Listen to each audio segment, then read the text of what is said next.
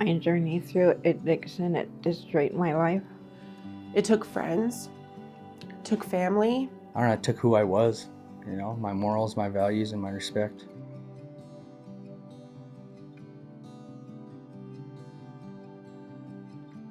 My addiction started when I was about 12 or 13. I was really against alcohol. So it was like, I'm not going to be an alcoholic, right? But then that in turn turned into drug abuse. My addiction started, around the age of 16. Started using hard drugs with a friend's mother. And it just was a thing ever since, for my whole life.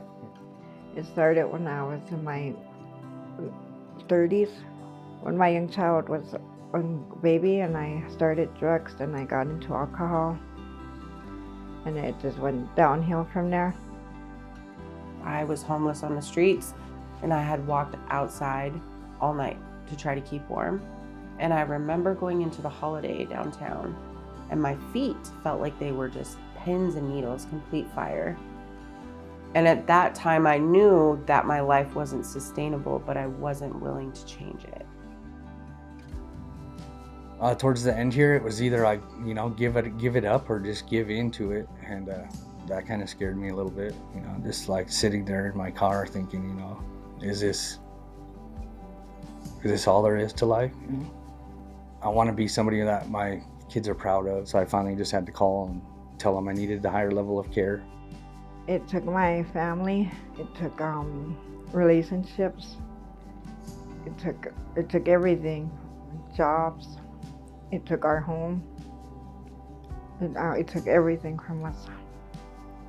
It was getting too lonely, and I was missing my kids and worried, and in that moment I just knew, and I prayed, and that's when Rimrock stepped in.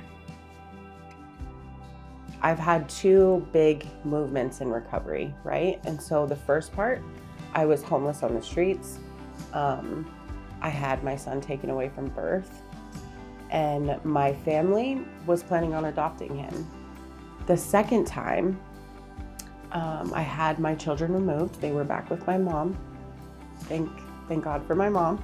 She was always there to pick them up when they needed her. And I wasn't okay. And the pain of not having my children with me was the trigger that was like, it's time to change. My time at Rimrock was amazing. I really learned a lot there, and I learned how to set boundaries. And each step, I learned something all the way to level 1. The help I was getting, the way people they cared, they seemed like they actually cared about my life and how I can move forward from this. People are experiencing big feelings. They're going through a lot in active addiction, and I think Rimrock is more capable of intervening at that point and being like, hey, what's going on? Let's work on this. Like, I see you're feeling this way. You don't just have your counselor and your case manager, you have peer support, case management. Counselors are wandering all over the building, right? And so it's not just honed in on just a couple people, it's a group effort. And I think that's what makes Rimrock special. Going to Rimrock saved me. They were there when no one else was.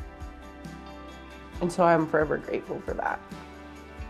And it feels like a second family to me now. After Rimrock, just living the life that I thought would never be, living an amazing life with my kids and grandkids. It's like I gained a bigger insight on myself and my habits, sense of hope, sense of like gaining my life back, that I was, worthy of having all this, happiness. The people who I have in my life today show up for me, and I show up for them. My addiction kind of took high school graduation from me. I never got to walk a stage, but I was able to walk in my undergrad, and I could hear my kids from the stands saying, that's my mom, and my parents were there. Everyone was so proud of me. And I think then I knew that this was the life. I mean, I had known all along, but then I was like, this is the life, right? This is the life. This is what I get to do today.